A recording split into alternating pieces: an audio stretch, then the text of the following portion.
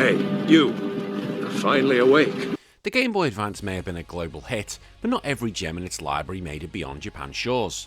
For every Pokemon, Advance Wars, or Golden Sun we got to enjoy, there were dozens of fascinating titles locked away behind a language barrier, never officially localized for international audiences. Some were spin-offs of popular series, others were bold new IPs, and a few were niche experiments that catered specifically to Japanese tastes. Yet despite being region-free, these games remained practically unknown to many Western players, unless they're willing to import a cartridge and muddle through menus without understanding the text. So today we're looking at 7 Game Boy Advance games that are only available in Japan. As always, if you do like this list, please give it a like and subscribe because it really helps the channel grow. If you want to hear more of me, Retro Wars is also a weekly podcast where this week we're covering Command & Conquer Red Alert for the PC. And we also have a $1 a month Patreon where you can join the Smut Squad, get involved with the podcast, and get your own additional show. Right, let's get into it, shall we? 7 Game Boy Advance games that were never released outside of Japan. Fire Emblem The Binding Blade. Fire Emblem The Binding Blade, released for the Game Boy Advance in 2002, is the 6th main entry in Nintendo Intelligent Systems' long-running strategy RPG series. Notably, it was the first Fire Emblem game for the GBA and marked the series' transition into handheld gaming. However, outside Japan it remained unreleased for years, which meant Western fans only learned of it indirectly, through its prequel Fire Emblem The Blazing Blade, which was released internationally the following year.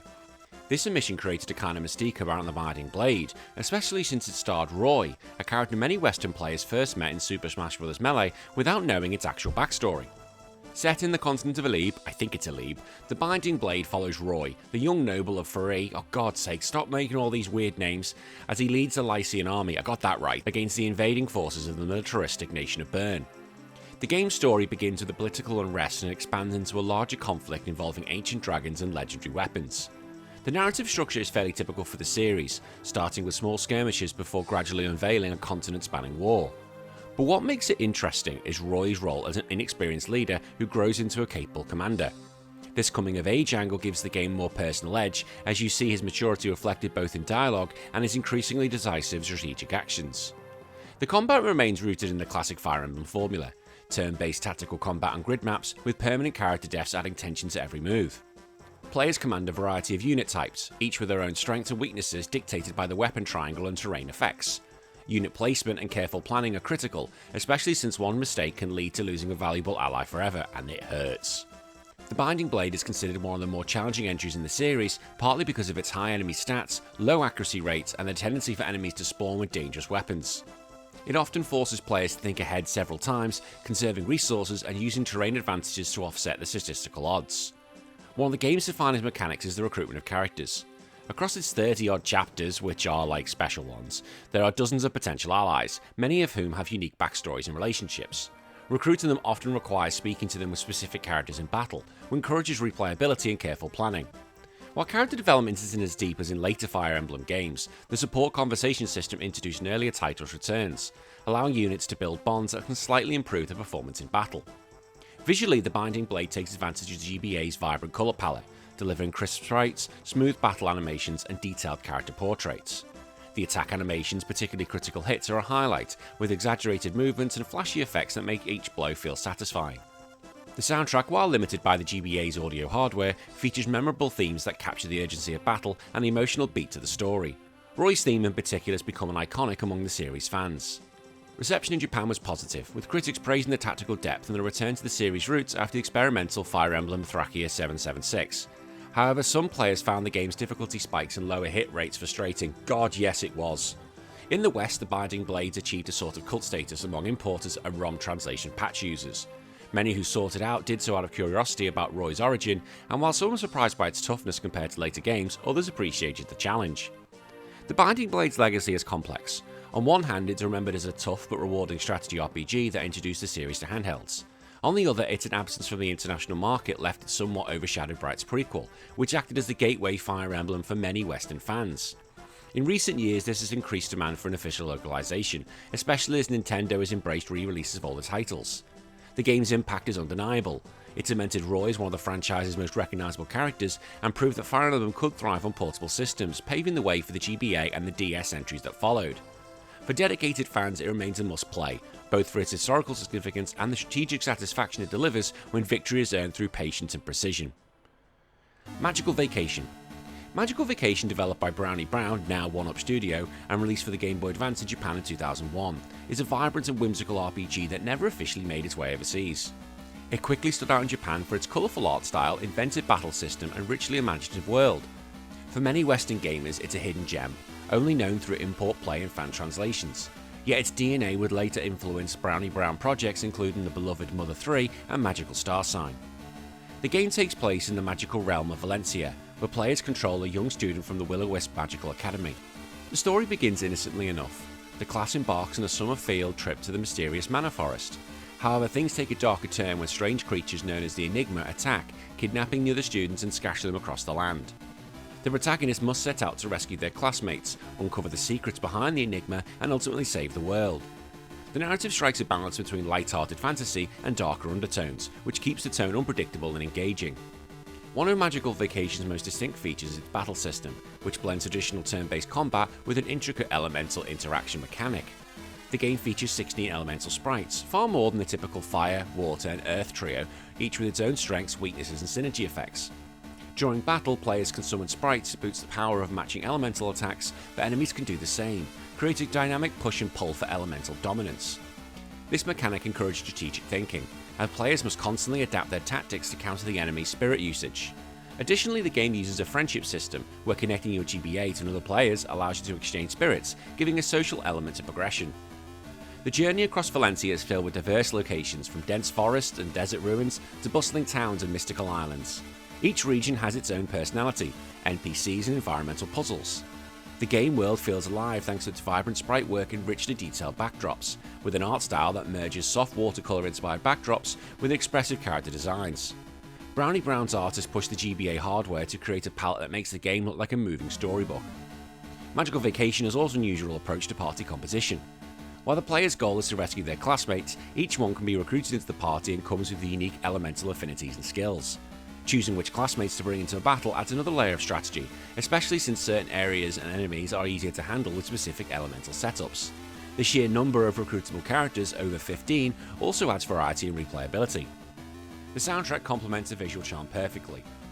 Light-hearted tracks fill the academy and peaceful towns, while more mysterious, intense themes underline the danger of dungeons and boss battles. The music isn't just a background filler, it helps shape the tone of the adventure, from moments of wonder to moments of genuine tension. In Japan, the game was well received for its originality and presentation, though some critics noted that the complex spirit system might overwhelm casual players. Despite this, it developed a dedicated fanbase, many of whom appreciated the challenge and depth of its combat. Its unavailability outside Japan meant it never reached a broader audience at the time, which is a shame given its quality and charm. The legacy of Magical Vacation is twofold.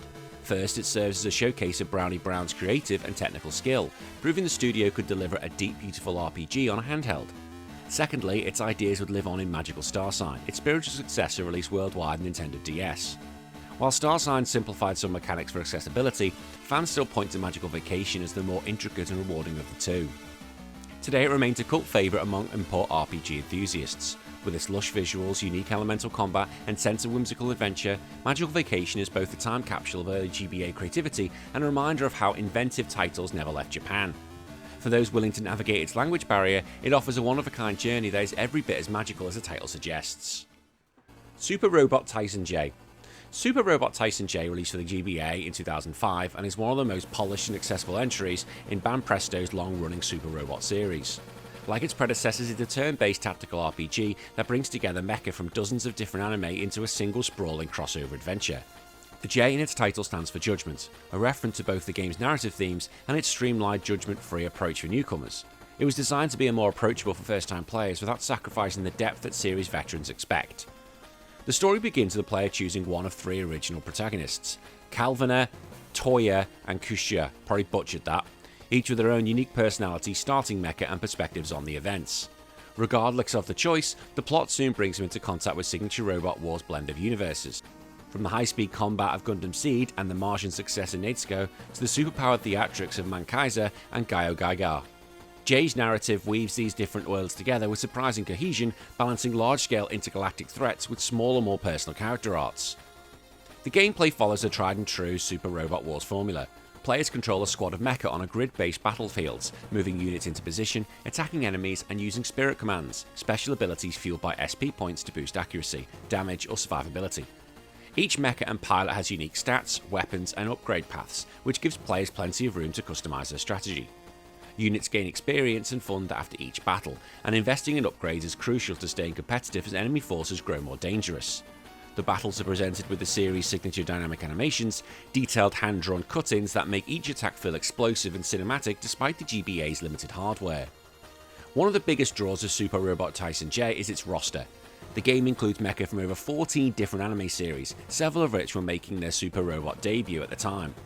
Gundam Seed is particularly notable as it was relatively recent and hit in 2005, while fan favourites like Fullmetal Panic and the Big O brought in characters and mechanics from very different combat styles. Balancing this roster is part of the fun, choosing to whether to lean into the high mobility Gundam units, tanky super robots, or a mix of both adds variety to each playthrough. J also introduced a streamlined interface and progression system compared to earlier GBA entries like Super Robot Wars A and Super Robot Wars R. Menus were cleaner, unit upgrades were more straightforward, and the game's difficulty curve was more forgiving without removing the challenge entirely. For players who wanted to dig deeper, there were multiple route splits and hidden recruitments, encouraging replayability and experimentation. Visually, Super Robot Taisen J pushed the GBA hardware to its limit. The attack animations are fluid, colourful, and packed with detail. Energy beams flash across the screen, explosions ripple outward, and iconic poses from the anime are recreated with loving accuracy. Each mecha is distinct not only in look but also in their feel. The soundtrack, meanwhile, is a mix of rearranged anime theme songs and original compositions, giving battles an adrenaline-pumping energy that matches the over-the-top visuals. In Japan, Super Robot Taisen J was praised for its accessibility, balanced difficulty, and polished presentation. Longtime fans appreciated the improved quality of life features, while newcomers found it easier to get into them than earlier entries. The only real criticism was that due to hardware constraints, the roster wasn't as large as some of the console entries, but the tighter focus arguably helped the story be more coherent. The game's legacy is strong within the Super Robot Wars community. It's often recommended as one of the best starting points for new players, thanks to its straightforward systems, engaging narrative, and excellent roster selection. While it was never released outside Japan, fans' translations have made it widely accessible to international audiences, where it has earned a devoted following. Today, Super Robot Taisen J stands at the high point in the GBA strategy RPG library. It combines the series' trademark crossover spectacle with refined gameplay and impressive presentation, making it both a celebration of mecha anime and a tactical experience that rewards smart play. For anyone curious about Super Robot Wars, J remains one of the most satisfying and approachable entries in the franchise's long history. Dragon Quest Monsters Caravan Hearts. Dragon Quest Monsters Caravan Hearts, released in 2003 for the GBA, is the third entry in the Dragon Quest Monsters spin-off series and something of an oddity in the franchise.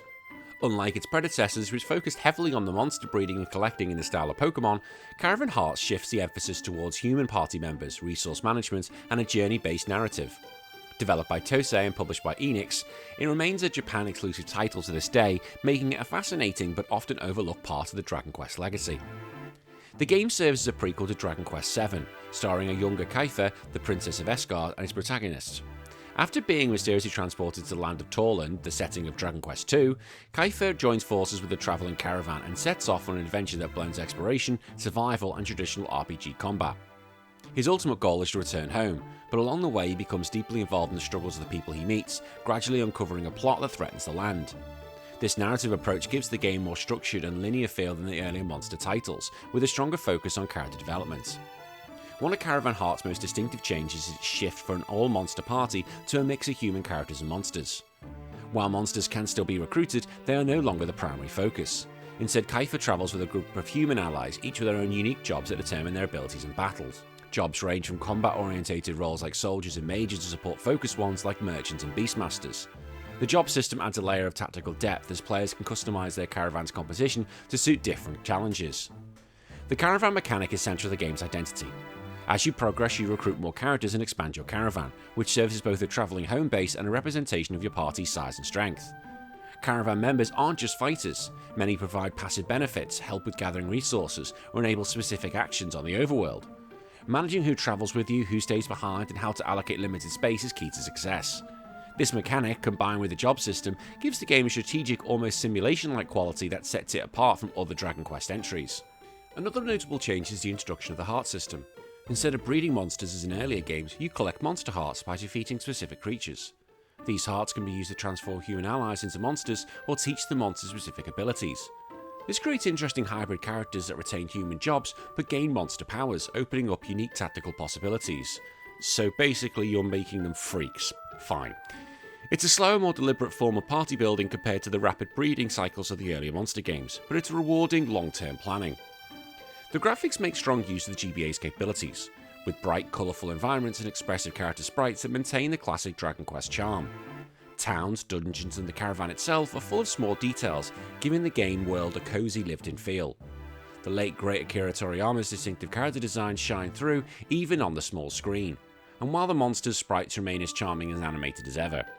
The score, featuring a reworked tracks from earlier Dragon Quest titles alongside new compositions, helps maintain the series' signature atmosphere. In Japan, Caravan Heart was met with generally positive reviews, praised for its deeper narrative focus and fresh mechanics, though some long-term fans were divided over the reduced emphasis on monster collecting. The game's more strategic pacing, combined with its survival-orientated caravan management, made it appealing to players looking for a different kind of Dragon Quest experience.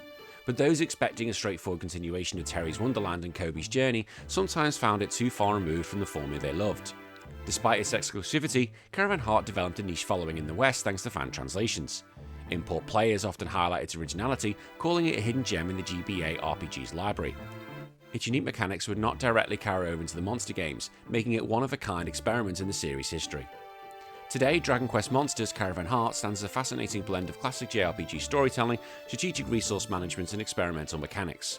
While it deviates from the traditional Monsters formula, its charm, depth and distinctive approach make it worth experiencing, especially for fans of Dragon Quest VII who want to see a younger Kiefer's adventure unfold in a world as rich and whimsical as any in the series. And I've realised it's pronounced Kiefer, I'm pronouncing it Kiefer. Look, that's what I've been doing, leave me alone. I haven't actually got to Dragon Quest VII yet because it terrifies me, because of how long that game's going to be. I have every other Dragon Quest here, I have them all, I have 7 on the 3DS, and I have it on the PlayStation. I'm just terrified. So kill me if I got the name wrong. Hate me in the comments, I will take it. I'm a big boy. Just don't hate my dog. We all know Pat is king. Fullmetal Alchemist Stray Rondo. Fullmetal Alchemist Stray Rondo, released for the GBA Advance in Japan in 2003, is one of the earliest video game adaptations of the hit manga and anime series. Developed by Rakjin and published by Bandai, it arrived during the height of the Fullmetal Alchemist boom in Japan, just as the first anime adaptation was gaining massive popularity. Stray Rondo is a turn-based RPG that blends light-hearted original side story content with the series' core elements of alchemy, adventure and brotherhood. Although it never saw an official release outside of Japan, it remains an intriguing piece of Fullmetal Alchemist history for fans and import enthusiasts. The game's plot is set somewhere during the early part of Edward and Alphonse's journey, though it is largely self-contained and non-canon. The story begins with the brothers chasing rumours of a strange new artifact known as the Philosopher's Compass, a device set to amplify the power of transmutation. Their pursuit leads into a new set of towns, ruins and dungeons filled with both friendly and hostile characters. Along the way, they encounter an original cast of allies and villains whose familiar faces from the series, like Winry and Mustang, make cameo appearance.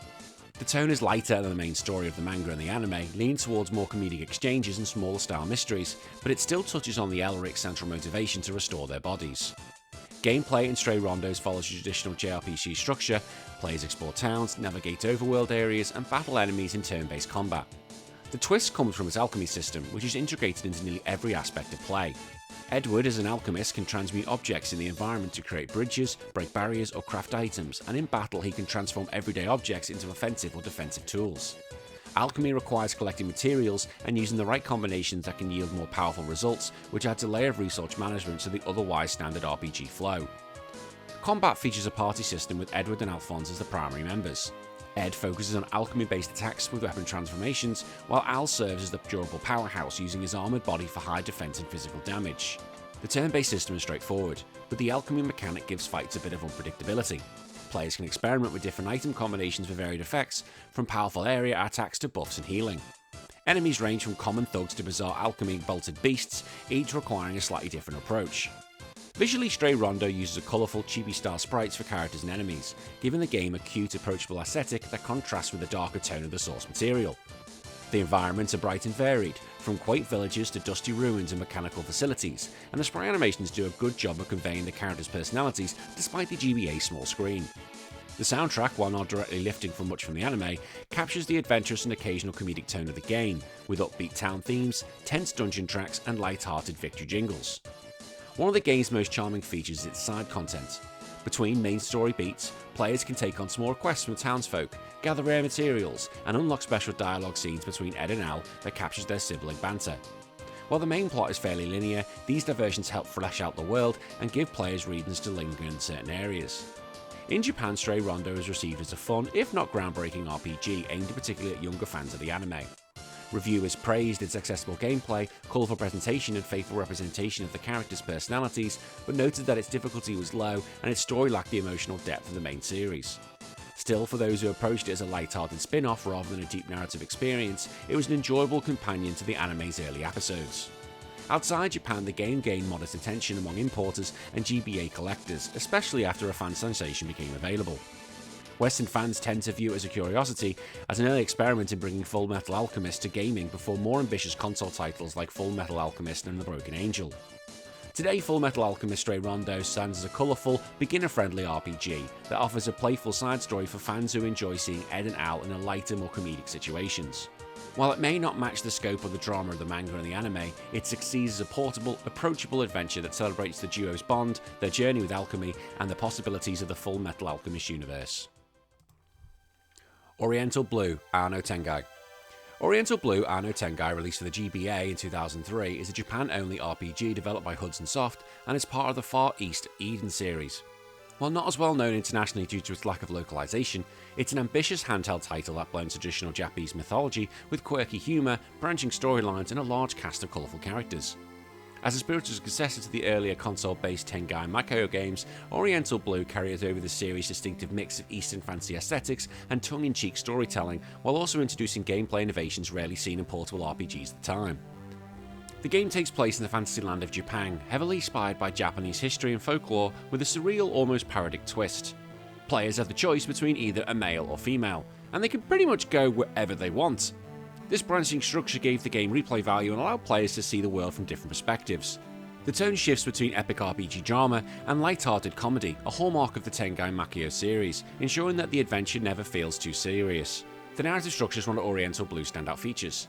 Depending on which way you go, certain events can play out differently, with certain characters joining or avoiding your party entirely, and entire locations or subplots changing based on your actions. This is ambitions for a GBA game, giving it a layer of player agency rarely seen on a handheld. The overall arching plot still follows the general journey to save the land format, but the way you experience that journey is flexible and tailored to the path you choose. Gameplay follows a traditional turn-based JRPG formula, with Hudson Soft incorporating several mechanics to keep things fresh. Characters gain abilities through combat, leveling, and the use of scrolls, with magic and skills tied to elemental affinities. Party management is crucial, as you can recruit different allies depending on story progression and choices. Combat is brisk, visually clean, and features charming sprite animations. Enemies are varied, ranging from mythical beasts to bizarre comedic creatures, another trademark of the series. Visually, the game shines on the GBA's hardware. Environments are vibrant, full of small details that help bring the world of Japan to life. Character sprites are expressive and battle animations are smooth for the time. The soundtrack is equally strong, blending traditional Japanese instrumentation with more adventurous RPG-style tracks, giving the game a sense of audio identity that's both thematic and memorable. Upon release, Oriental Blue received positive reviews in Japan, with critics praising its humour, multiple protagonists, and replay value. However, the language barrier ensured it remained niche outside Japan, with only dedicated fans attempting to import and play it. In retrospective, Oriental Blue Anno Tengai stands as a reminder of how many inventive, well-crafted RPGs never crossed borders during the GBA era. It offered an engaging mix of humour, branching narratives, and solid mechanics wrapped in a colourful world, and had it been localised, it might have earned a stronger place in global RPG discussions. For fans willing to overcome the language barrier, it remains a fascinating and rewarding journey into a uniquely Japanese take on fantasy role-playing. And finally, Mother 3. Mother 3, released in 2006 for the GBA in Japan, is the long-awaited third entry in the Mother series, known as Earthbound in the West. Developed by HAL Laboratory and Brownie Brown, now 1UP Studio, and published by Nintendo, the game had a famously troubled development cycle spanning more than a decade, including a cancelled N64 version. When it finally arrived, it abandoned the contemporary American parody setting of Earthbound in favour of a small rural island community, yet it retained the series' signature mix of quirky humour, unconventional gameplay twists, and deeply emotional storytelling. Despite critical acclaim in Japan and a passionate global fanbase, Mother 3 remains officially unreleased outside Japan, making it one of the most desired localizations in Nintendo history. The story unfolds on the peaceful Nowhere Island, centering on the family of Flint, his wife Hinoa, and their twin sons Lucas and Klaus. Told in a chapter-based structure, the game shifts perspectives across different characters before uniting the threads into Lucas's journey. Early on, tragedy strikes when the mysterious pig-masked soldiers began transforming local animals into dangerous chimeras, and the family is torn apart. What begins as a light-hearted rural adventure gradually becomes a tale of loss, resilience, and the slow encroachment of industrialization and greed into the natural, idyllic world. The storytelling is deliberately paced, allowing players to grow attached to the characters and environments before pulling the rug emotionally, something the game is now famous for. Gameplay remains the core turn-based RPG framework of the series, but adds a few unique mechanics. Most notably, the rhythm combo battle system lets players chain additional hits by pressing the attack button in time with the battle theme's hidden beat. Each enemy has a different rhythm, encouraging experimentation, adding a layer of skill to otherwise standard combat. The game also uses rolling HP meter, meaning damage slowly trickles down instead of deducting instantly. Quickly healing a character can prevent their HP from reaching zero, introducing moments of tension in tough fights. Party members rotate throughout the story, and each has their own distinct strengths. Lucas learns powerful psychic abilities, Kumatora specialises in offensive psi attacks, Duster is a thief with status-altering tools, and Boney, the dog, is fast and can sniff enemies to reveal weaknesses. The variety keeps battles fresh, and the enemies ranging from bizarre chimeras like cattle snakes to absurd foes like ghost armor retain the offbeat humour the series is known for. Visually, Mother 3 uses a bright, expressive pixel art style that's deceptively simple but capable of delivering both comedic and heartbreaking moments. Character sprites are charmingly animated, environments are colourful and distinct, and the enemy designs range from cute to unsettling. The soundtrack is a central part of the game's identity, boasting hundreds of tracks that range from light-hearted folk tunes to haunting emotional melodies. Music plays a mechanical role as well, since mastering the rhythm combo system means listening closely to each battle's theme hidden beat.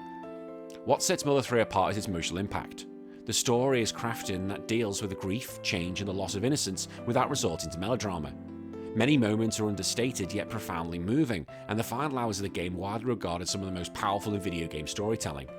Humour is still present, with NPCs delivering absurd lines, enemies have ridiculous names, and situations often veer into the surreal, but it serves to make the emotional gut punches hit even harder.